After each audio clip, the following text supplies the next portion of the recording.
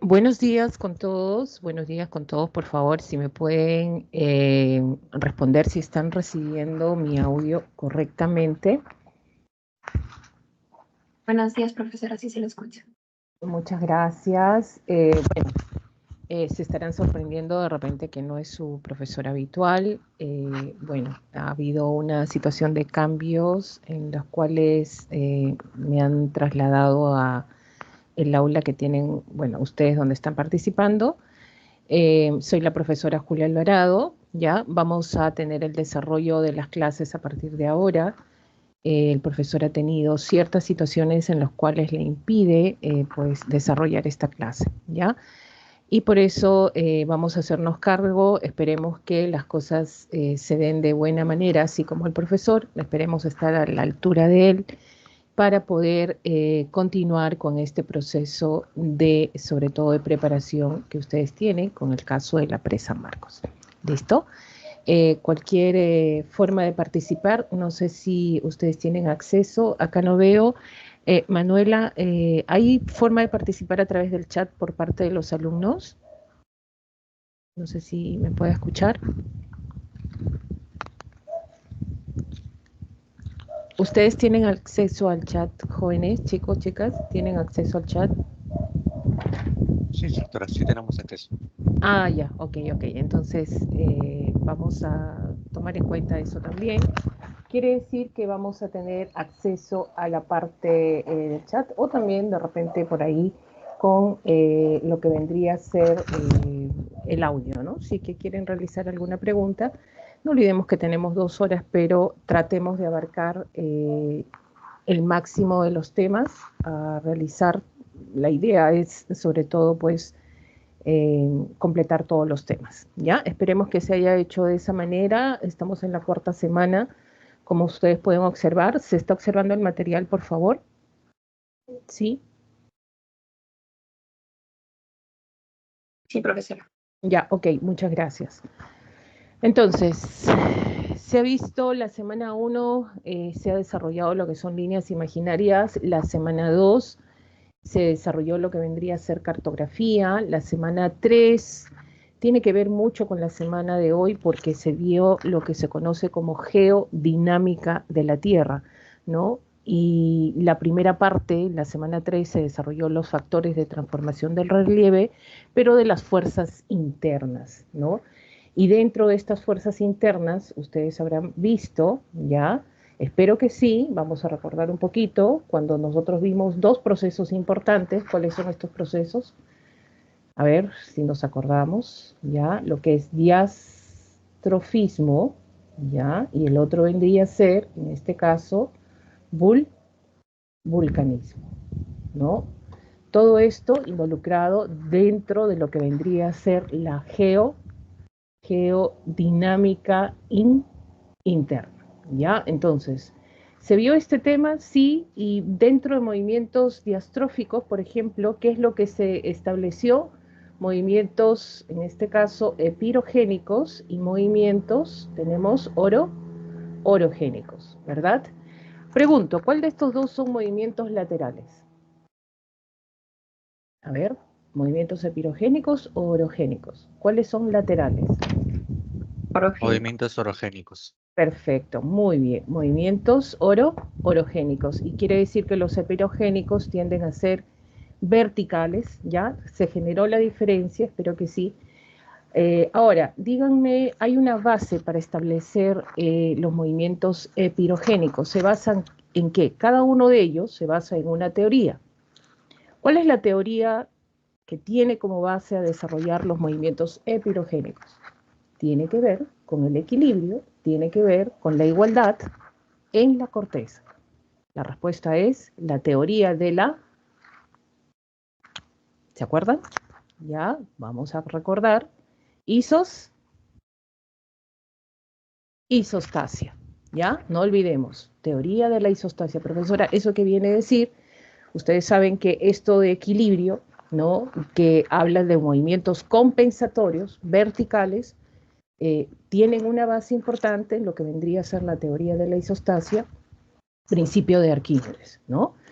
¿Y cuál es la base de la teoría de los movimientos orogénicos? Tenemos ahí la teoría de las placas, en este caso, de las placas tectónicas, ¿no? Y ahí ustedes habrán desarrollado cómo es el movimiento de las placas, qué desplazamiento tienen las placas, ¿verdad? Hay una zona de convergencia, ¿no? Hay una zona de divergencia, ¿ya? Hay una zona transformante, ¿ya? Transformante, ¿listo?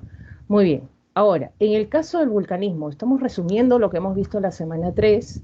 Esto es muy importante porque si hablamos de geodinámica, en este caso interna, estamos hablando de fuerzas endógenas, ¿ya? Estamos hablando de fuerzas endógenas. Estamos hablando de este tipo, sobre todo, de movimientos o fuerzas que tienden a, en este caso, construir. Es aquel que construye, ¿ya?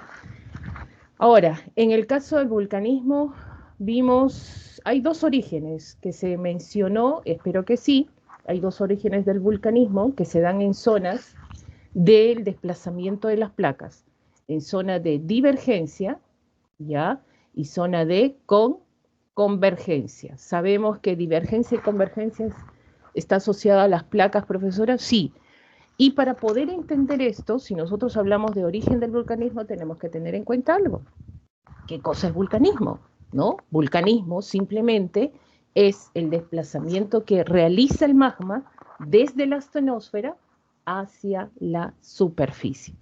Entonces, ¿dónde se origina? Quiere decir que cuando divergen, en este caso las placas, y cuando convergen, se produce ese traslado de magma hacia la superficie. Hay dos momentos. Pero otra cosa son tipos de vulcanismo, ¿ya? Pero se conocen, como estamos hablando del estado, en este caso magmático, estamos hablando de qué? Estamos hablando de magmatismo, ¿no? Estamos hablando de intrusivo, ¿ya? Y extrusivo, ¿ya? Intrusivo y extrusivo. Una pregunta de examen fue la siguiente, jóvenes. A ver, miren, si hablamos de vulcanismo, ¿no? Si yo menciono la palabra dorsal, y la palabra dorsal está asociada ¿a qué? A un conjunto de cordilleras submarinas, fondos oceánicos. Pregunto, ¿las dorsales están asociados a un tipo de vulcanismo intrusivo o extrusivo? ¿Cuál sería tu respuesta? A ver, escucho porque no puedo leer ahorita, o si no me pongo a leer, si hay algunas, en este caso, ¿no? Cosas que puedan preguntar. No tengo acceso al chat, ese es el problema. Si me están escribiendo, no me han puesto acceso al chat. No sé por qué. Ya. Alguien que me diga, por favor, vulcanismo, tipos, intrusivo, extrusivo, está asociado, por ejemplo, una dorsal está asociado a qué tipo de vulcanismo, intrusivo o extrusivo. ¿Nadie? ¿Nadie, chicos? ¿Chicas? ¿Ya? ¿Nadie, nadie, nadie? Bueno. No sé, a ver, esto me está preocupando, ¿ah? Porque esto es lo básico, chicos, chicas, esto es lo básico. Y si me están escribiendo en el chat, no puedo ver porque no sé qué está pasando, que no tengo control del chat acá. Ya, a ver.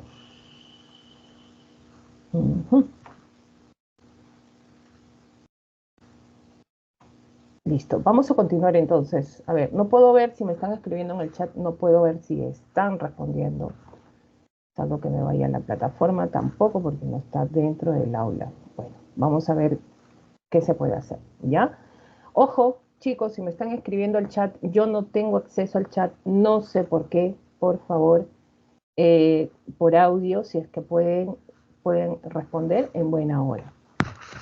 A ver, las dorsales se forman en una zona de divergencia, ¿ya? Ojo, ¿ya? En una zona de divergencia y están asociados a un tipo de vulcanismo extrusivo, ¿ya? Un tipo de volcanismo extrusivo. No te olvides, extrusivo es cuando el magma ya emerge a la parte externa de la superficie. No solamente volcanismo extrusivo está asociado a la erupción volcánica. Ojo, ¿ya? Muy bien, entonces, todo esto se vio en la semana 3 y un poquito más, porque se vio la actividad sísmicas, ondas sísmicas, etcétera. Pero lo que nos toca desarrollar esta semana, ¿ya?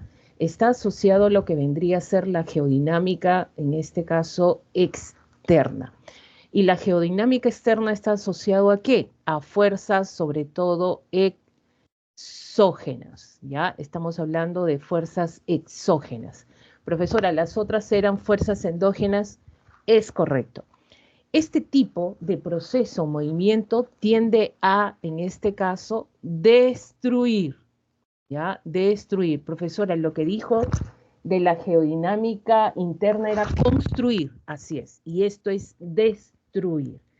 Muy bien, es por eso que se hablan y se asocian términos como el caso de denudación, glictogénesis, por ejemplo, que todos están asociados a lo que vendría a ser la fractura, la fragmentación, en este caso, de la roca, ¿ya?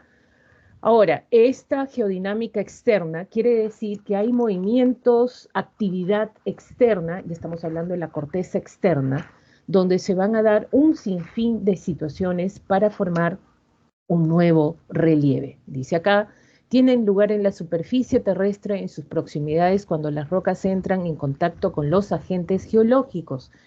Profesora, ¿qué son estos, no? Agentes geológicos externos. Es por eso que recordé un poquito lo que vendría a ser la geodinámica interna cuando se vio lo que es las fuerzas y movimientos que se generan en la parte interna de la corteza que tienen resultado en la parte externa. Entonces, ahí vimos movimientos diastróficos, vimos vulcanismo, pirogénicos, orogénicos, intrusivo, extrusivo con respecto al vulcanismo. Entonces, esos movimientos, esas fuerzas interactúan para generar, ¿qué cosa? La creación de un nuevo relieve. En cambio acá no, ¿ya?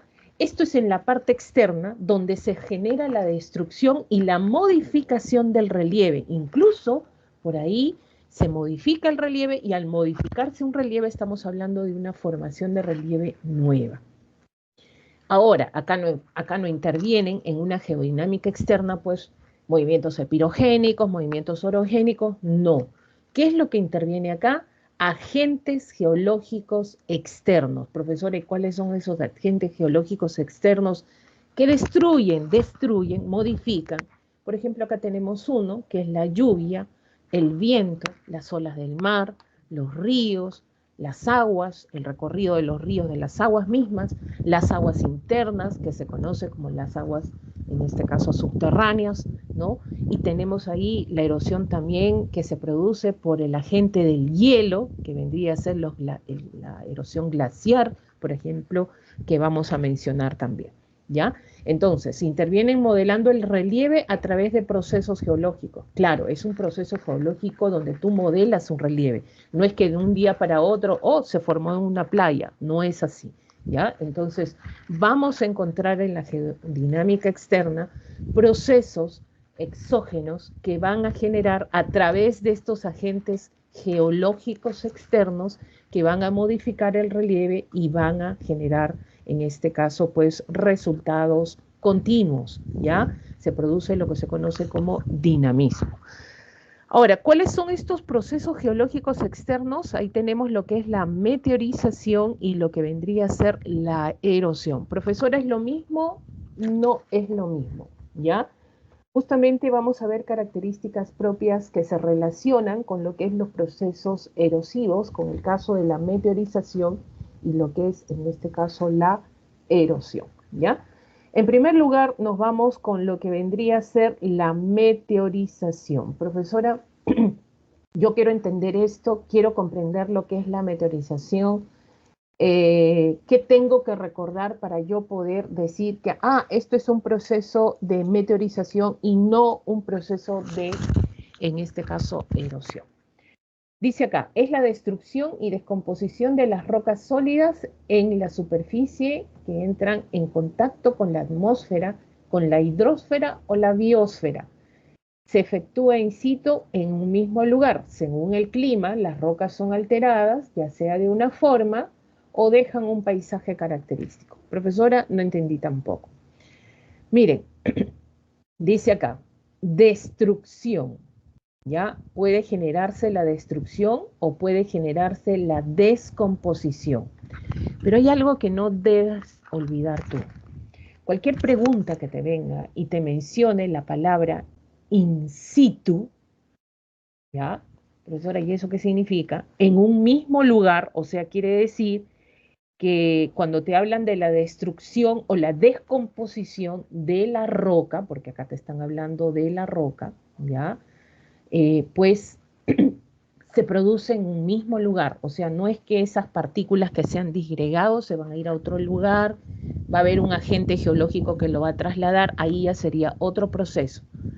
Pero cuando te ponen ahí que está en un mismo lugar, que no ha habido desplazamiento, que se ha realizado en un solo espacio, por ejemplo, que te pueden, en este caso, utilizar diferentes sinónimos, eso significa que ya estamos hablando de meteorización. Ahora, hay que distinguir qué cosa es física y química, profesora. Es verdad. Entonces, cuando simplemente la roca tiende a destruirse, a fragmentarse in situ, ¿ya? No cambia su composición química sigue siendo la misma. Por ejemplo, acá en esta roca que se partió, miren, ¿no? Debe haber habido partículas que están alrededor de estas rocas que ya se está fragmentando. Quiere decir que esta pequeñita cosa que componía la roca, no, la estructura de la roca, pues tiene la misma composición química de esta gran roca, ¿no? Que viene, este fragmento pequeño viene de esta gran roca, o sea, tienen la misma composición. No se ha descompuesto. Profesora, ¿las rocas están compuestas de qué? Bueno, las rocas son prácticamente minerales, ¿ya? Estamos hablando de un conjunto de minerales. ¿Y eso qué significa? Pues su estructura no ha cambiado, la composición mineralógica también, eso quiere decir que solo se ha fragmentado, es meteorización física. Ahora, cuando hablamos de la descomposición, sí estamos hablando de ¿qué? De la meteorización química. ¿Por qué química? ¿Por qué ya estamos hablando de esto? Simplemente porque los minerales, ¿ya? Los minerales que componían esta roca cambiaron. Ya no son los mismos, ¿ya? Ha generado su modificación. Ya cambió la roca, su estado mineralógico. Profesora, entonces en una descomposición química hay una descomposición de su estructura mineral de la roca, claro. Ahora, eso no quiere decir que esta roca pueda fragmentarse también. Claro que sí, puede fragmentarse, pero su estructura mineralógica ya cambió. ¿Ya? Ya cambió. Entonces, es por eso que dice acá, cuando entra en contacto con la atmósfera, hidrosfera y biosfera, por ejemplo, en la atmósfera estamos hablando de qué? Pues estamos hablando, profesora, la parte, en este caso, donde tenemos aire, tenemos agua, vapor de agua, claro que sí, ¿ya? En la hidrosfera tenemos, por ejemplo, en este caso, agua, ¿no? Ríos, el mar, por ejemplo, que también intervienen acá en la estructura de la roca, ya sea destruyendo o cambiando su estado mineralógico. Y en la biosfera, los seres vivos, ¿no? Las plantas, por ejemplo, que también generan este cambio, en este caso, importante. Profesora, ¿y qué pasa cuando dicen según el clima? ¿No? Las rocas son alteradas, ya sea de una forma, y dejan un paisaje característico. Lo que pasa es que los climas son determinantes porque es que hay climas que son más secos, por ejemplo, que tienden a ser más secos, y hay climas que son más húmedos, ¿no? Entonces, ¿qué va a pasar? Esto va a ser predominante para que nosotros se determine si es que hay más meteorización, ya sea física o química. Ojo, ojo, ojo, la meteorización siempre se da ya sea en climas secos, húmedos, ya sea química o física, pero hay alguien que predomina más. Por ejemplo, en los climas secos predomina, por ejemplo, la meteorización física, ¿ya? Y en los climas húmedos predomina la meteorización química, ¿no? Y si nosotros queremos poner un ejemplo de climas secos, en el caso de nosotros, estamos hablando de la costa. Profesora, ¿a qué quiero referirme con, en este caso, la costa centro-sur, ¿no? Sobre todo, mucho más. Profesora, si yo quiero hablar de climas secos, ¿qué significa? Pues que hay esto, ¿ya? Esto de acá escasea. No hay altas precipitaciones. Y esto trae como consecuencia que no haya, por ejemplo, haya escasa vegetación, ¿no? Eso es un clima seco. En cambio, un clima húmedo, que significa que las lluvias son constantes, perennes, ¿no? Ahí, continuas. Y hay abundante vegetación, sobre todo en un tipo de clima húmedo, ¿no? Entonces acá, sobre todo, se produce más lo que vendría a ser la meteorización química, a diferencia de climas secos como el caso de la costa peruana, ¿ya? Muy bien, a ver, si tienen alguna pregunta, lo malo es que no tengo acceso a el chat. Un ratito voy a consultar eso también, ¿ya? A ver, si tienen alguna pregunta hasta acá, vamos a pasar a lo que vendría a ser, dime. Profesora, una consulta. Por poner un ejemplo, Lima es un desierto, o sea, está categorizado como tal y normalmente tenemos una humedad relativa bastante alta, pero no observamos que haya altas precipitaciones. Entonces, si, por ejemplo, nos pusieran que algo sucedió en Lima, ¿cómo deberíamos tomarlo? ¿A qué te refieres? ¿A meteorización específicamente? Sí, específicamente meteorización. Física, sin pensarlo, sin pensarlo. Ok. Porque está más definido no tanto por la humedad, sino está definido más por las precipitaciones, ¿ya? O sea, esto de un clima más seco, más húmedo, se determina más por las precipitaciones. Entonces, cuando escasean las precipitaciones en una zona, como el caso de Lima, como la costa centro-sur, pues eso quiere y evidencia sobre todo, pues es una zona donde escasea el agua y por lo tanto, pues se establece como un clima seco, así de simple. ¿Ya? Por ejemplo, esto ha venido en pregunta de examen en algún momento en la pre-San Marcos, ¿no? Hablaban y establecían y preguntaban, por ejemplo, de la selva alta, describían la selva alta, el tipo de suelo que tenía, ¿no? Que era un suelo oscuro, a diferencia de la costa peruana, si tú te das cuenta, nuestro suelo es más claro, ¿no? Y en la zona de la selva, por ejemplo, por las altas precipitaciones, que se produce continuamente lo que es la meteorización química. ¿Qué está pasando? Pues en esta zona pues hay un continua descomposición mineralógica del suelo, de la roca, y eso hace que tengas ese color oscuro del suelo, ¿no? De la tierra. Entonces, la pregunta iba por ahí, ¿no? ¿Qué tipo de meteorización se da en esta zona lluviosa de la ceja de selva o la selva alta? Y la respuesta era meteorización química, ¿ya? Entonces vamos a seguir hablando de esto igual, ¿por qué? Porque vamos a establecer cada uno de los patrones, especificando a qué se refiere cuando hablamos de meteorización física y química específicamente. Entonces, ¿qué tenemos que recordar si yo hablo de meteorización física? ¿No? ¿Qué tengo que recordar? Tengo que recordar sobre todo que estamos hablando de la destrucción mecánica o rotura de las rocas en fragmentos cada vez más pequeños.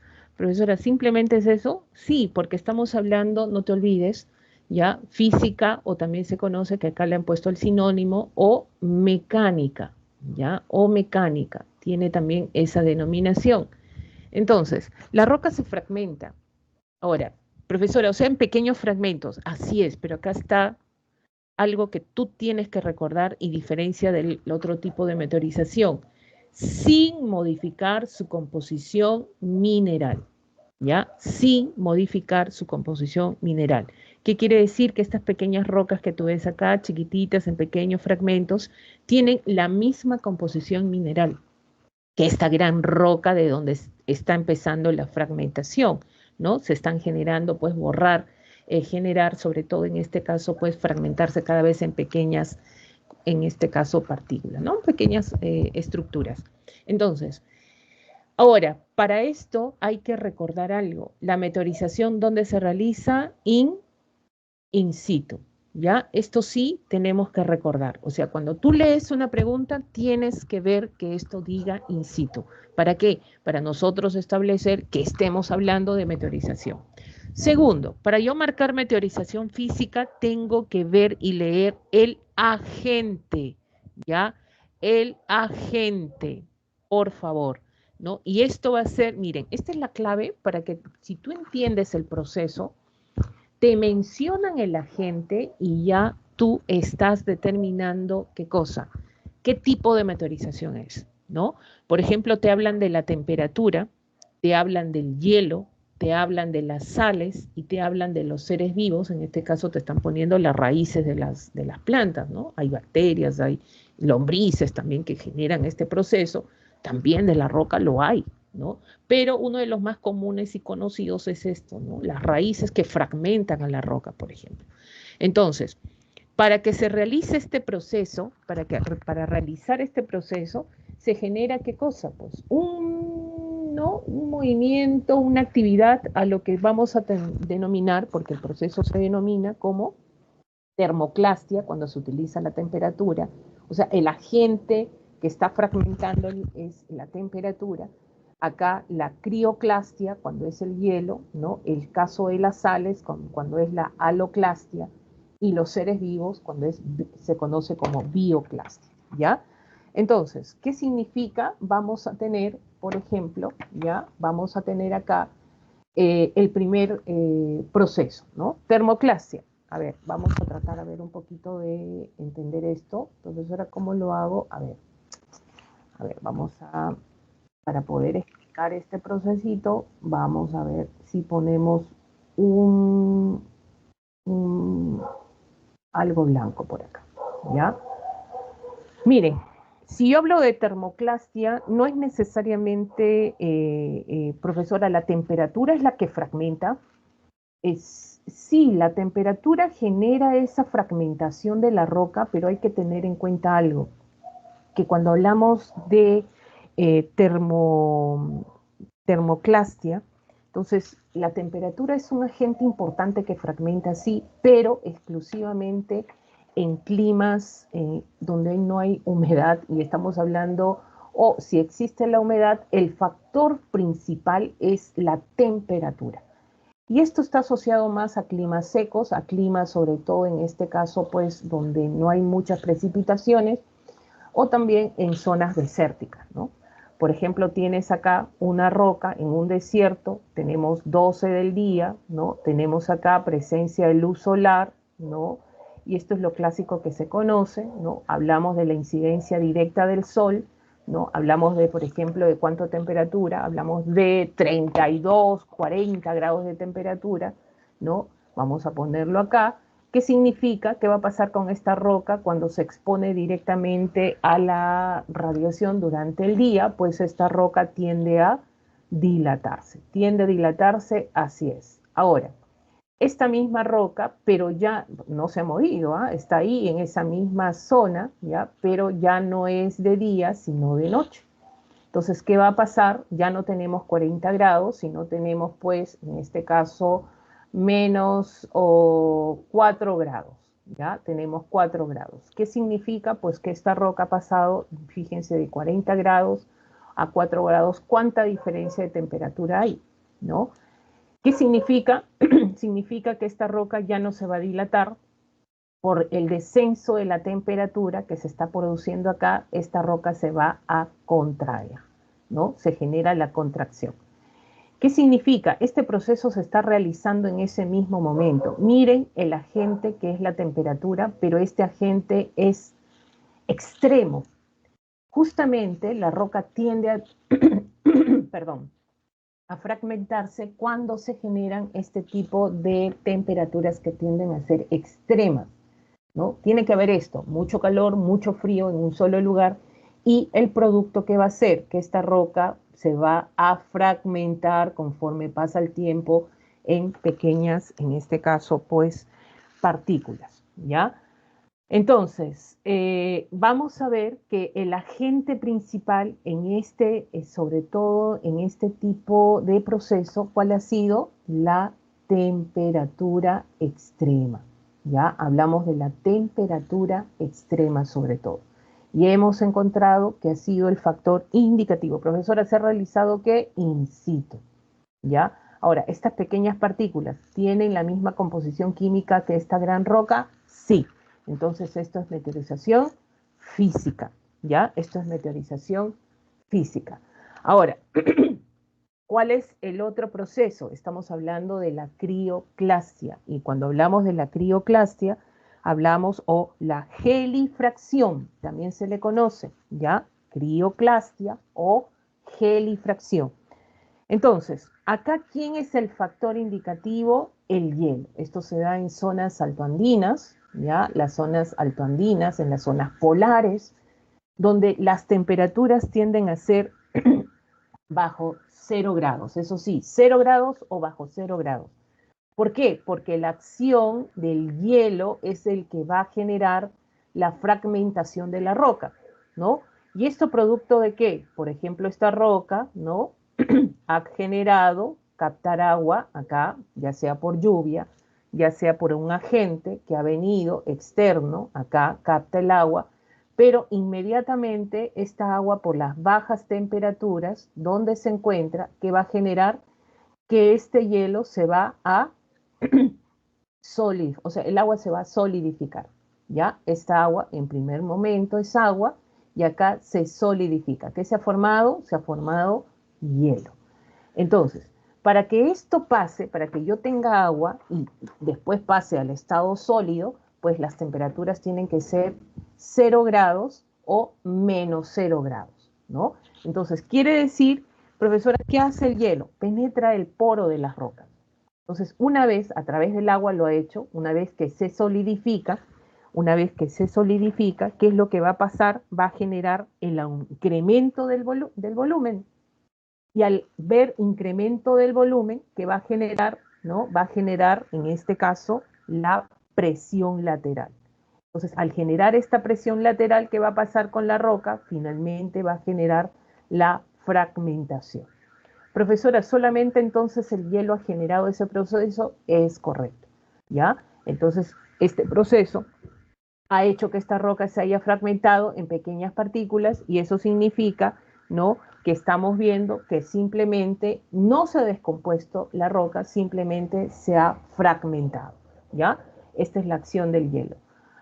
Ahora, bueno, las otras se parecen. ¿Por qué, profesora? Porque cuando hablamos, por ejemplo, del otro proceso que vendrían a ser las sales, y cuando hablamos de las sales, hablamos de la aloclastia, ¿ya? Aloclastia. ¿Cómo se llama el proceso? Aloclastia. Entonces, ¿qué va a pasar? Esto se da más en la zona de los litorales, ¿ya? En la zona de los litorales costeros. ¿Está asociado, profesora, a las aguas del mar? Sí, necesariamente. ¿Por qué? Porque, ¿qué sucede? Una roca que está expuesta, ¿no?, cerca del litoral costero, ¿qué va a pasar? Pues sabemos que hay esto de las mareas, el incremento de las mareas, y va a generar cubrir a esta roca de esta agua. Y hay algo que resaltar en particular, es esto, pues que el agua, sobre todo en este caso del mar, ¿de qué está compuesta? Pues bueno, tenemos agua propiamente dicho, ¿no? Y está más minerales, ¿no? Y dentro de estos minerales predomina, ¿qué cosa? ¿Qué mineral predomina? Es el cloruro, ¿ya? El cloruro de sodio, ¿no? El cloruro de sodio. Entonces, ¿qué sucede? Si esta roca, o sea, sube la marea, las aguas marinas cubren esta roca, ¿qué va a pasar? Pues esta agua se va a quedar impresa acá, ¿no? En este caso, en las grietas de esta roca, ¿no? Una vez que se queden ahí, ¿qué va a pasar? Pues esta agua se evapora, sale el sol, se evapora el agua y solamente queda la sal, ¿no? Y va a pasar el mismo proceso que ha pasado con el hielo, que va a generar aumento de volumen y en este caso ya va a generar la presión también lateral y por lo tanto esta roca va a ir fragmentándose en pequeñas partículas. Lo mismo, este agente que es las sales justamente, propiamente dicho, que va a generar que simplemente la roca se fragmente y no genere su cambio mineralógico, ¿ya? Su cambio mineralógico. Entonces, algo parecido como que vendría a ser esto de la acción del hielo y la sal, tienen ese proceso.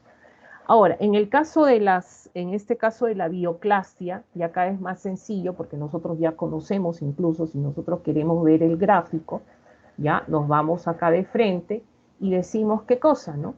Miren las raíces de esta plantita, ¿no? Tienden a fragmentar incluso, no sé si han visto ustedes, fragmenta hasta veredas, los árboles, ¿no? Se levantan las raíces, ¡puf! Levantan, fragmentan poco a poco la roca, ¿ya? Entonces acá los agentes o los seres vivos, las raíces de los árboles se introducen en este caso en las rocas para generar esta fragmentación, ¿ya? Para generar sobre todo esta fragmentación. No sé si hay alguna pregunta, vamos a pasar ahora a lo que es la meteorización química. ¿Ya? Por ahí. Seguimos, ¿ok? A ver, y ahorita vamos a resolver una pregunta del ejercicio, a ver si podemos resolverlo. Lo importante es que se entienda el tema para poder, mira, este tipo de preguntas que viene acerca de lo que es meteorización física o química, es lo más sencillo. Profesora, ¿qué es lo que tengo que recordar? Ya sabes, meteorización física, los agentes. Te voy a preguntar, ¿cuáles son los agentes?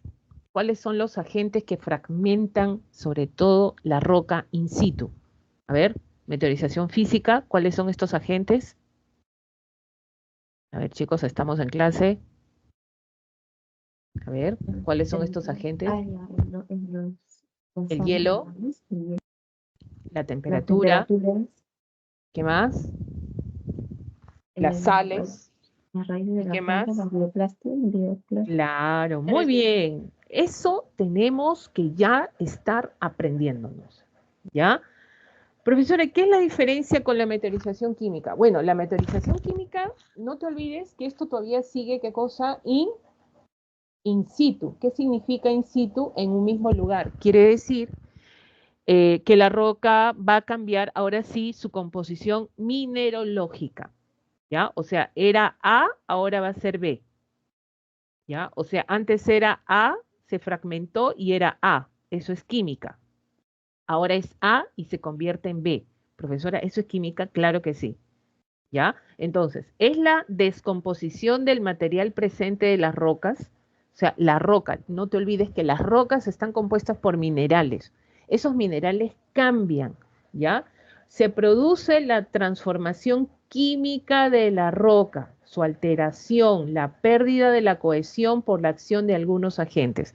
No sé si habrás visto en algún momento, por ejemplo, que hay rocas que tú las ves, por ejemplo, que están mucho expuestos en agua, que han cambiado de color.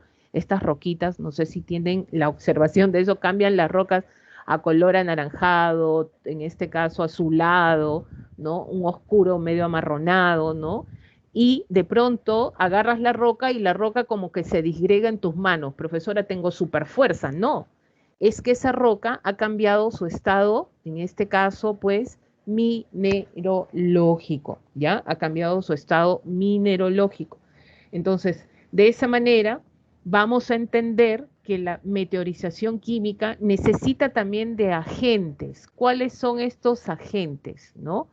Agentes, a ver, por ejemplo, el agua, el dióxido de carbono y el oxígeno. Profesora, pero el agua está presente también en la atmósfera, tenemos ahí oxígeno en la atmósfera, así es.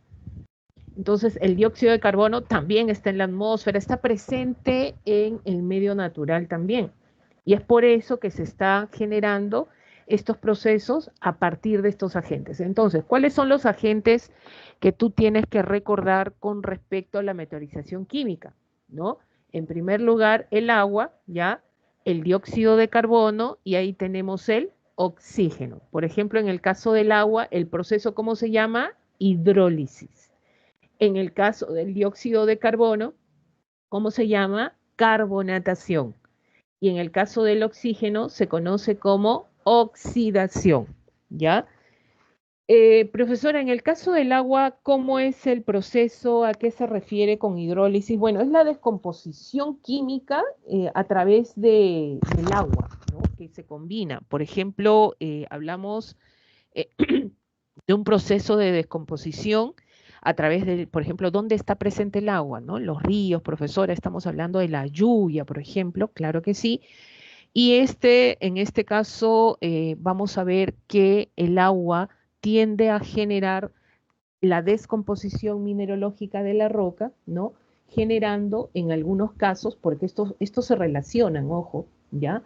En este caso con el oxígeno, actúan también y generan este proceso de descomposición. Por ejemplo, la roca cambia su estado, ¿no? Ahora, en el caso del oxígeno, el oxígeno, por ejemplo, está presente en la atmósfera, ¿no? Y la roca está compuesto, ¿por qué? Está compuesto por minerales, ¿ya? Está compuesto por minerales. Por ejemplo, ¿qué minerales tenemos? Profesor, hemos mencionado algunos. En el caso, por ejemplo, el cloruro de sodio, en algunos casos. Tenemos ahí, por ejemplo, vamos a poner acá el hierro, el silicio, en este caso el magnesio, ¿ya? El aluminio, por ejemplo, que son estos minerales. Ahora, ¿qué sucede cuando este mineral de esta roca entra en contacto con el oxígeno? Profesora, la oxidación. Así es. Entonces, se va a descomponer, estos elementos que tiene la roca se descomponen, ¿no? Y fíjate con quiénes van a actuar. Van a actuar con el oxígeno. Entonces, cuando actúan con el oxígeno, ¿qué se produce? La oxidación, ¿no? Estamos hablando, por ejemplo, ¿no? Vamos a poner acá óxido de qué? Óxido de aluminio, ya el compuesto ha cambiado, fíjense. En un primer momento, ¿qué cosa era? Aluminio. Ahora, ¿qué cosa es? Óxido de aluminio. Entonces, ha cambiado, ha pasado de lo que era A, ha pasado a lo que es B. ¿Quién ha actuado acá en este proceso de descomposición? El oxígeno, ¿ya? El oxígeno. Es por eso que tenemos estos procesos que se dan, ¿no? Para generar esta descomposición química. En el caso de la carbonatación, ¿ya? En el caso de la carbonatación, ¿qué quiere decir? Que acá sobre todo actúa es el dióxido de carbono, ¿ya? El dióxido de carbono, por ejemplo, y este proceso se da más, por ejemplo, donde hay más agua, donde hay más lluvias, más precipitaciones, con el caso de la selva alta, por ejemplo, ¿no? Entonces, acá, el dióxido del carbono actúa con quién, miren quién está interviniendo acá, el agua. Entonces, cuando estos dos tienden a generar el proceso, ¿qué se está formando? Se está formando el ácido, ¿no? El ácido carbónico, ¿ya? El ácido carbónico. Entonces, este ácido carbónico presente, o sea, miren cómo ya se está generando actuar en la roca y específicamente este ácido carbónico, ¿dónde va a intervenir? En una roca conocida como caliza, ¿ya? En esta roca conocida como caliza, que es una roca sedimentaria. Entonces, ¿qué hace el ácido carbónico con esta caliza? La va a corroer, la va a cambiar, va a entrar en este caso, en contacto con esta roca, ¿no? El ácido carbónico, este de acá, entra en contacto y ¿qué va a pasar? Pues cambia su estado, en este caso, mineralógico de esta caliza. La caliza está compuesta por la calcita, ¿no? Y es ahí donde actúa el ácido carbónico y lo cambia, ¿ya? Y es a partir de acá donde esta caliza, miren lo que se genera, comienza a descomponerse y es por eso que esta acción de carbonatación la vemos más en lugares donde hay mayores precipitaciones, que actúa el dióxido de carbono acá, ¿no? Fíjense que el agua también es acá un factor indicativo para generar lo que es la carbonatación. Gracias a esta acción del ácido carbónico interviniendo en la caliza que va a generar la formación de cavernas, la formación de grutas, ¿no? Por ejemplo, esto va a predominar sobre todo en la selva alta, ¿ya? En la selva alta. Entonces, vamos a ver, por ejemplo, que es un factor importante, sobre todo, que se conoce como meteorización química, ¿ya? Meteorización química. Una pregunta de examen vino de la siguiente manera, ¿no? ¿Cuál era la pregunta de examen? Hablaba sobre todo de la montaña de 7 colores. Tú debes saber dónde está la montaña de 7 colores. Profesor, eso está en Cusco. Así es. A ver, si hablamos de la montaña de 7 colores, díganme ustedes, ¿ya? Para que se formen esos colores diversos en esta zona montañosa, ¿qué predomina? ¿Una meteorización física o química? ¿Ustedes qué creen? Esto fue una pregunta de examen. Muy bien, esto es una meteorización química, ¿ya? Profesora, ahí se ha puesto, claro, para que se formen esos colores de esas rocas, ha habido una descomposición de por medio. Los agentes que han generado intervenir ahí, fíjense, el agua, el oxígeno, que están produciendo sobre todo continuamente este proceso de descomposición, ¿ya? No olvidemos. Muy bien, entonces, hemos visto lo que vendría a ser meteorización física y meteorización química. Ahora nos vamos a la erosión. Profesora, ¿es lo mismo? No es lo mismo. Para que tú hables de erosión, ojo, tienen que haber tres factores, tres procesos. 1, 2 y 3. No te olvides que la meteorización se realiza in situ. En cambio, la erosión no. Hay 3 fases que seguir en el proceso de erosión. Profesora, si no hay 3 fases, no es erosión. Así de simple, ¿ya? No es erosión, para nada. Ahora, ¿quiénes intervienen en este proceso erosivo? También los agentes erosivos o los agentes geológicos externos. Ojo, ríos, olas, vientos, glaciares, lluvias. Es por eso que cuando interviene un agente erosivo, que son los ríos, hay un tipo de erosión fluvial, por ejemplo, ¿no? Las olas, erosión marina, viene de acá, ¿no? Vientos, erosión eólica, por ejemplo, acá, ¿no? Glaciares, erosión glaciar, ¿ya? Y las lluvias, erosión pluvial, por ejemplo, ¿no? Entonces, los agentes erosivos están generando este proceso, ¿ya? Dice acá es el conjunto de fenómenos exteriores que modifican las formas del relieve creadas por la geodinámica interna. Profesora, ¿la geodinámica interna qué tiene que ver acá? Es que la geodinámica interna ha creado montañas, la geodinámica interna ha modelado el relieve, ha generado la formación del relieve. No te olvides que la geodinámica interna construye y la geodinámica externa destruye. Entonces, ¿cuáles son estos procesos erosivos? Son 3. Primero es la desintegración o desgaste. Segundo es el transporte o acarreo. Y tercero es la sedimentación o depósito. Primero tiene que haber un arranque del material por distintos mecanismos. O sea, profesora, ¿quién arranca esto? ¿Quién destruye esto? Un agente geológico externo, ¿ya? Los agentes geológicos o bien desintegran, fragmentan, o bien sedimentan y depositan, ¿ya?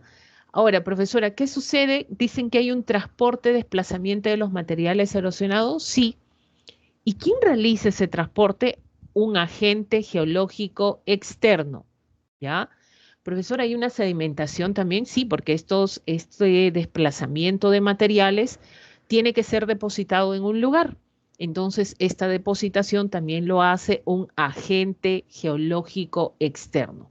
Fíjate que los agentes geológicos están interviniendo en estos 3 procesos de la erosión, ¿ya?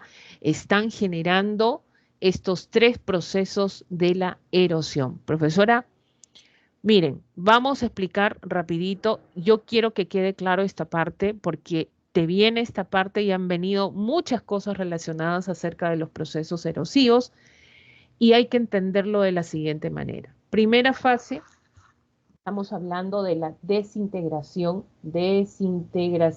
¿ya? Profesora, sinónimos, denudación, o fragmentación, también lo puedes denominar así, ¿ya?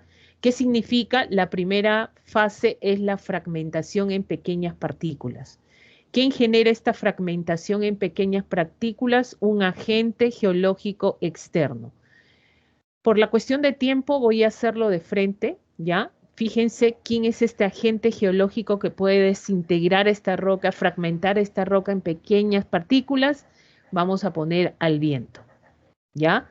¿El viento está generando esto, profesora? Sí, este ha sido un relieve, ¿ah? Fíjate, este ha sido un relieve donde está siendo modificado, o sea, ha habido desintegración. Entonces, estas pequeñas partículas, ¿qué va a pasar? El viento va a transportarlo a otro lugar. Entonces, ahora tenemos la segunda fase que vendría a ser el transporte, ¿ya? ¿Qué está transportando? Miren acá, pueden haber diversos agentes geológicos externos, porque acá también el transporte lo realiza un agente geológico externo, ¿ya? ¿Eso qué significa? Que estas partículas van a ser trasladadas a otro lugar. Acá ya estoy hablando de erosión porque hay un transporte. Si me quedo en la primera fase, ¿qué sería? Pues está pasando un proceso de meteorización recién, ¿no? Pero no, acá hay un transporte donde ya estoy hablando de un proceso erosivo. Entonces, ¿quién puede transportar estas pequeñas partículas a otro lugar? Puede ser el viento, puede ser el río, puede ser la acción de los glaciales, el hielo, ¿no? Lo pueden haber. Pero en este caso, ¿seguimos con quién? Seguimos con el viento, ¿ya? El viento ha desintegrado, el viento ha transportado y finalmente, fíjense lo que ha pasado, ha habido un depósito, ¿ya? Estos montículos de arena que llegan a medir 1 metro de altura cerca de los litorales costeros a los que se conoce como médanos, ¿ya? Hablamos de médanos, por ejemplo. Entonces, tercera fase de la erosión se conoce como depositación, ¿ya? Hablamos de depositación. 1, 2 y 3. Miren lo que ha pasado acá. Acá este relieve se ha modificado y acá ha habido la creación de un nuevo relieve a partir de este primer relieve. Te das cuenta que en la superficie de la Tierra está pasando estos procesos erosivos. Por un lado se desintegra, por un lado hay relieves que se forman por depositación. Entonces, por un lado, profesora, alguien está fragmentando, así es. Y por otro lado, alguien está depositando, así es. Y alguien también está transportando, ¿ya? Entonces, es por eso que la erosión dicen que la superficie que está buscando el equilibrio. O sea, en la formación de relieves se está generando el estándar de equilibrio, ¿no? Por ejemplo, ¿tú te imaginas en la superficie, en la corteza, que todo sea desintegración? No, pues, no habría vida, ¿no? Imagínense que todo lo que vemos se desintegra. Qué terrible. O que todo en la superficie se deposite, se deposite. Imagínense dónde estaríamos, en las partes más altas. No es así. La erosión genera esta nivelación. Por un lado hay desintegración y por otro lado hay depositación. Es por eso que cuando un relieve se forma por desintegración, ¿ya? ¿Cómo se llama? ¿Cómo se llama este relieve que se ha formado por desintegración? Se le conoce que este relieve se ha formado por degradación, ¿ya? Este relieve se ha formado por degradación. Profesora, pero este relieve, por ejemplo, el médano, se ha formado por depositación. Entonces, se ha formado por agradación, ¿ya? Este relieve se ha formado por agradación. Si yo te digo, el médano es un tipo de erosión eólica, eso es correcto. ¿Por qué, profesora? Porque el viento lo ha formado. Tipo de erosión eólica, el médano, y se ha formado, ¿por qué? Por agradación. Si te dicen por agradación, ¿qué significa? Que ha habido depositación de por medio, ¿ya? Que ha habido depositación de por medio. Si vemos el otro gráfico, fíjense ustedes, arranque, fragmentación de pequeñas partículas, y quién está arrasando todo esto, que parece que es la acción del hielo con el agua. ¿no? Y esto va a ser trasladado por los ríos y finalmente ha formado lo que son las terrazas fluviales, ¿no? La formación de terrazas fluviales en un proceso de depositación, ¿no? Es por eso que dice acá, el proceso de erosión da paso a la formación de relieves por degradación y por agradación, ¿ya? A ver, si tienen alguna pregunta, por favor.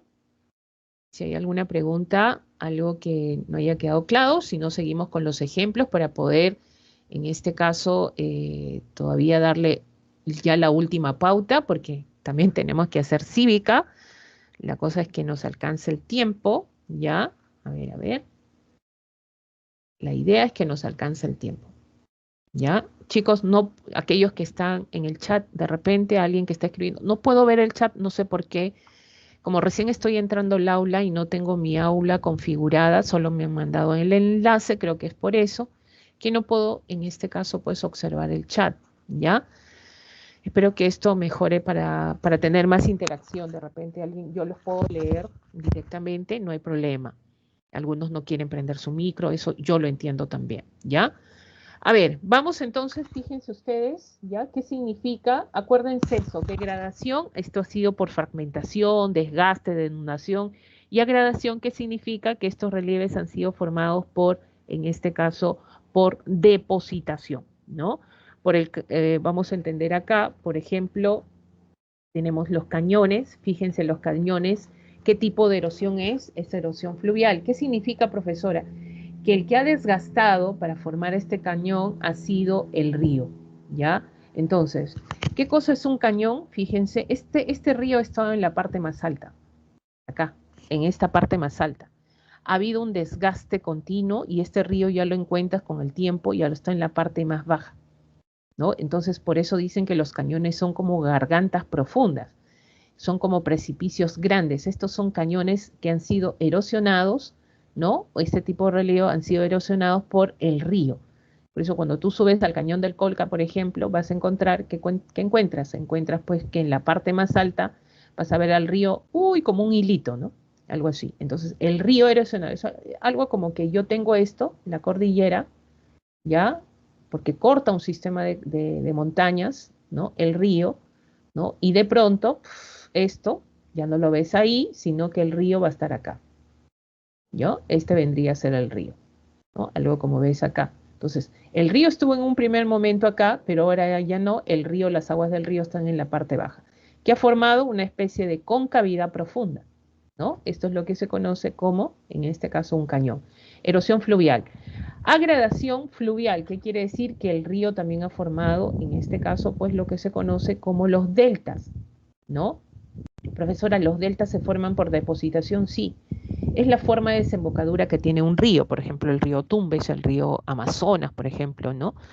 ¿Qué significa? Que se forman por acumulación de sedimentos, ya donde se va a desembocar el río, una especie de islotes, una especie de bracillos que vamos a encontrar acá, ¿ya? Y esto se forma por depositación, ¿ya? Erosión eólica, ¿no? Tienes un pedestal, profesora, los pedestales, sí, la acción del viento genera esto, ¿ya? Es continua, desgastante, ¿no? Ojo, que la erosión, profesora, cuando hay erosión también puede haber meteorización, sí, sí, sí. Ahora, nosotros lo explicamos separado para entenderlo. Profesora, ¿y cómo sé cuándo es uno, cuándo es otro? Cuando los procesos, pues, ¿ya? Por eso hay que entender. Meteorización física, in situ, agentes. Meteorización química, in situ, agentes. Erosión, 3 fases. Desagregación, desintegración, transporte y depositación. Entonces, cuando tú veas en una pregunta qué cosa es lo uno u otro, a otro ya estás descartando, ya sea en este caso que es meteorización o erosión, ¿ya? En el caso de la degradación tenemos el pedestal, esto es eólica. En el caso de agradación, en este caso tenemos la duna. Pero una vez me hicieron una pregunta y me dijeron, profesora, ¿es lo mismo un médano que una duna? No. Las dunas son grandes montículos de arena, ¿ya? Estos son grandes montículos de arena que encontramos en zonas desérticas. Los médanos están próximos a las zonas desérticas, pero más que nada cerca a los litorales, ¿no? Y llegan a medir hasta 1, 2 metros, en este caso, pues de altura. Nunca, nunca des una patada a un médano, ¿no? Tú puedes ver ahí un montículo de arena ahí y dices, ay, le voy a dar. No, porque dentro hay roquitas. Justamente estas rocas han hecho en el proceso erosivo de transporte eólico, han captado esta roca y a partir de estas rocas han generado los montículos de arena, ¿ya? Entonces hay que tener cuidado. Pero en el caso de las dunas, sí, estos son grandes, bueno, en el caso de nuestras dunas peruanas, son grandes montículos de arena. Imagínate, esto llega a medir 20 metros de altura, ¿no? Y en el caso del Perú, las dunas tienen esta forma de media luna o barján, así se les conoce, ¿no? Media luna o barján, ¿ya?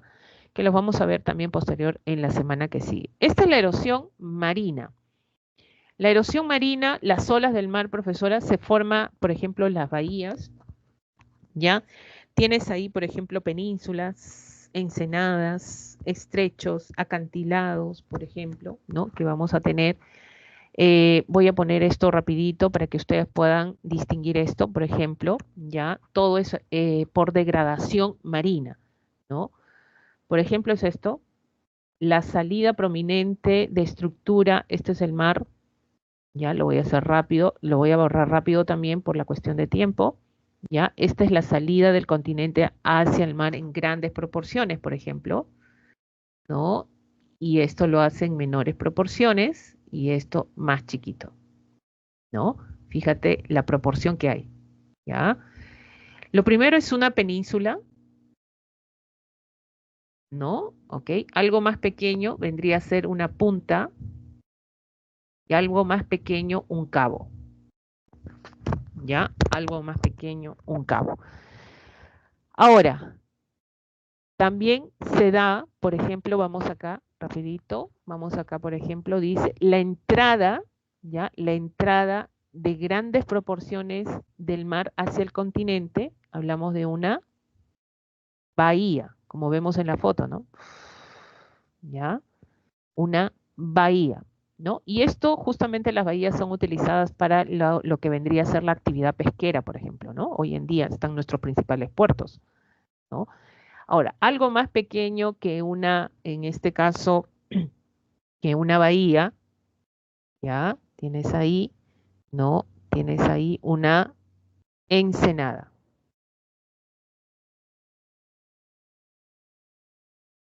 ¿Ya? Una ensenada.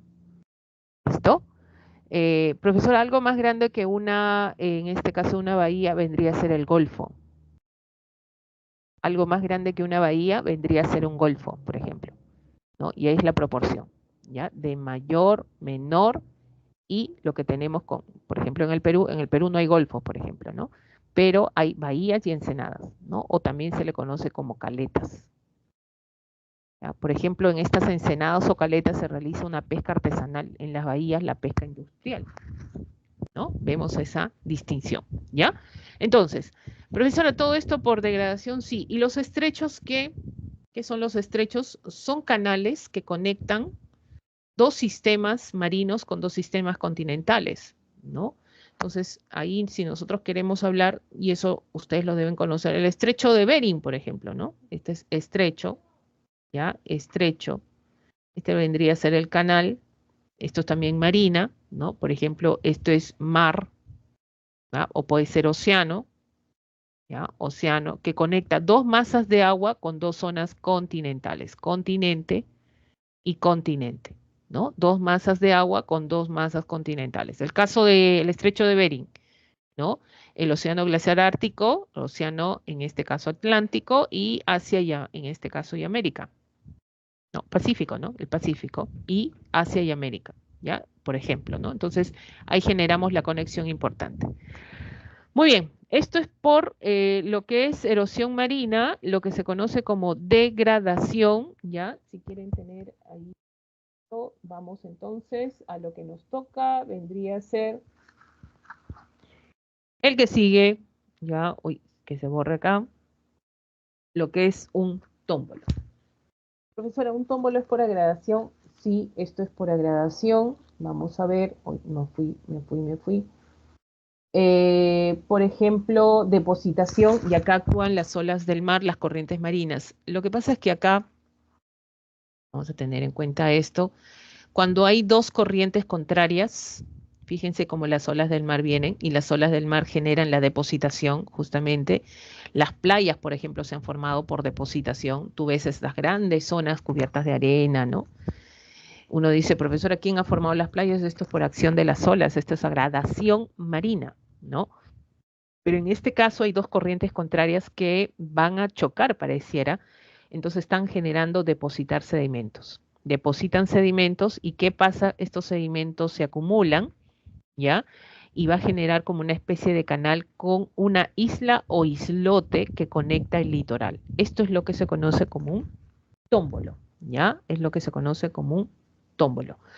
Y tenemos la erosión, sobre todo ahí, la acción del hielo, hablamos de la erosión glacial, la degradación, la formación de abras, ¿ya? La formación de abras, pasos o abras que se dan sobre todo en los sistemas, en este caso montañosos.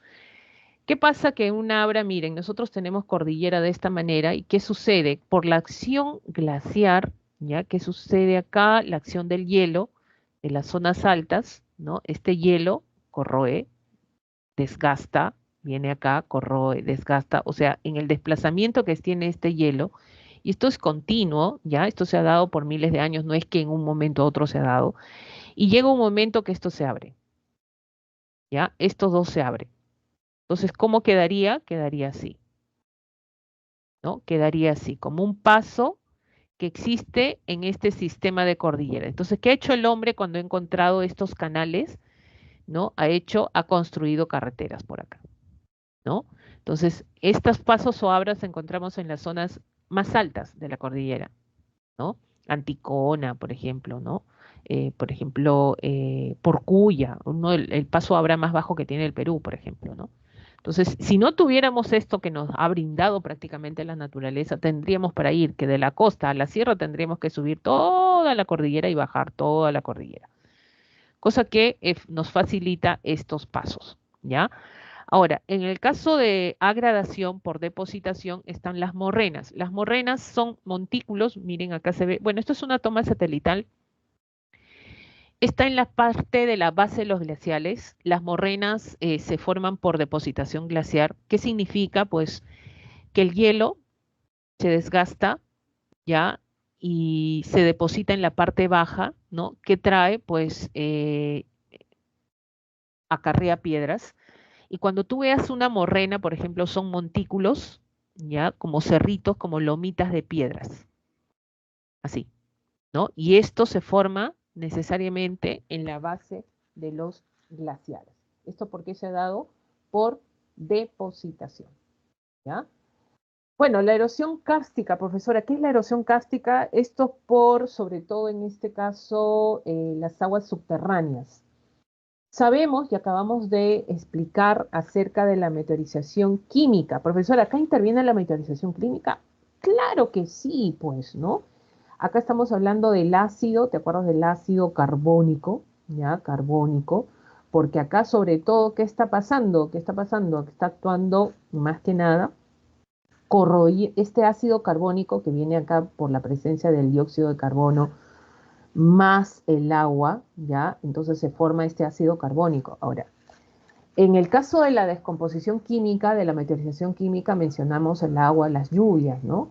Pero específicamente acá, por la acción de las aguas cársticas, las aguas subterráneas, este ácido carbónico actúa en este tipo de roca que ves acá, ¿ya? Este tipo de roca conocido como la caliza, ¿ya? La caliza. Entonces, por degradación, ¿qué va a pasar? Va a generar la disgregación y la formación de estas cavernas, ¿ya? En un primer proceso que ha habido en este caso meteorización química, ¿no?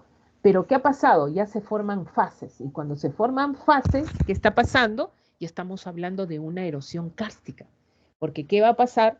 Se va a generar el desgaste, ¿ya? En este caso, en este caso es ácido carbónico, también actúa lo que es el dióxido, en este caso de carbono, está generando, miren, estas concavidades, actuando sobre esta roca conocida como caliza. Entonces está desgastando, lo está transportando a otro lugar y está formando nuevo relieve, ¿no? Por ejemplo, la formación de cuevas, cavernas, grutas, es por erosión kárstica, ¿ya?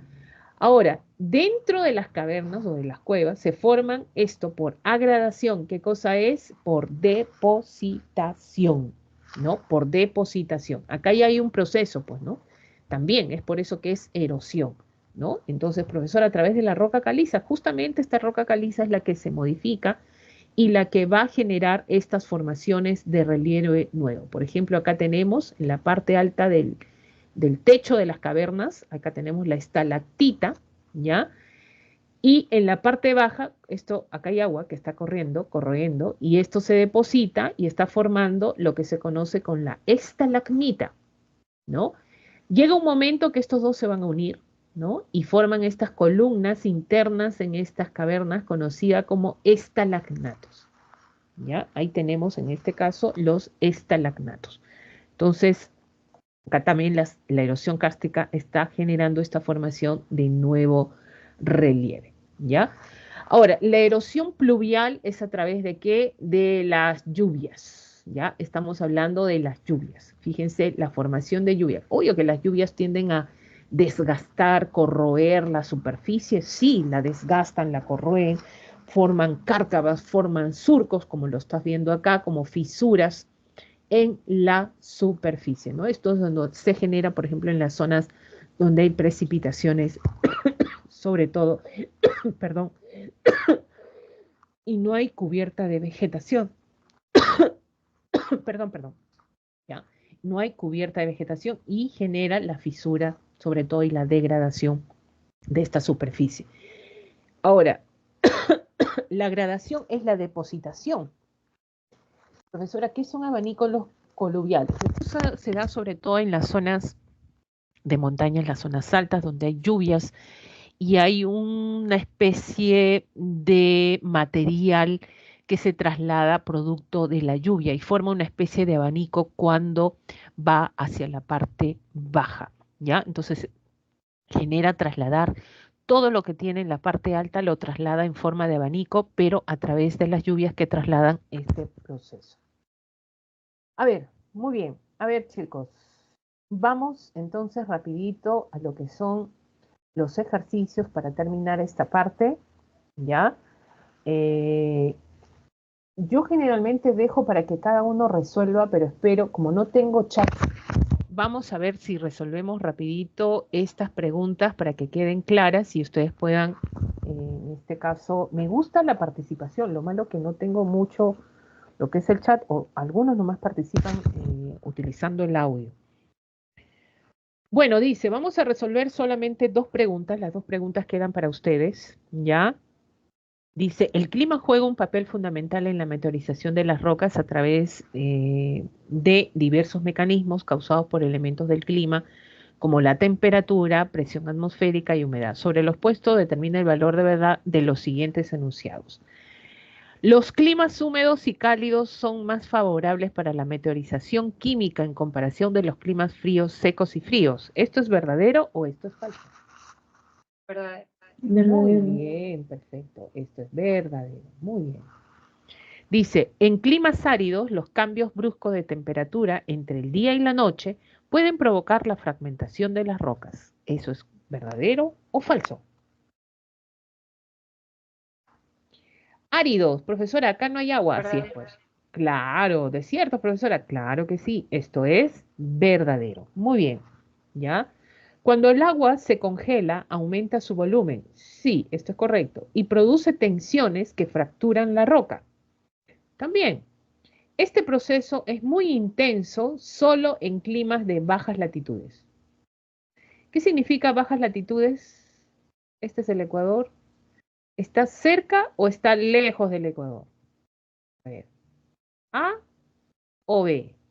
¿Qué es baja latitud? Punto bajo. Claro, latitud. Baja latitud significa que estás cerca del Ecuador. Quiere decir, si tú estás cerca del Ecuador, razonamos, ¿qué significa baja latitud? Que tu clima, ¿cómo es? ¿Cómo es tu clima? Bueno, hay ciertos elementos geográficos que lo modifican.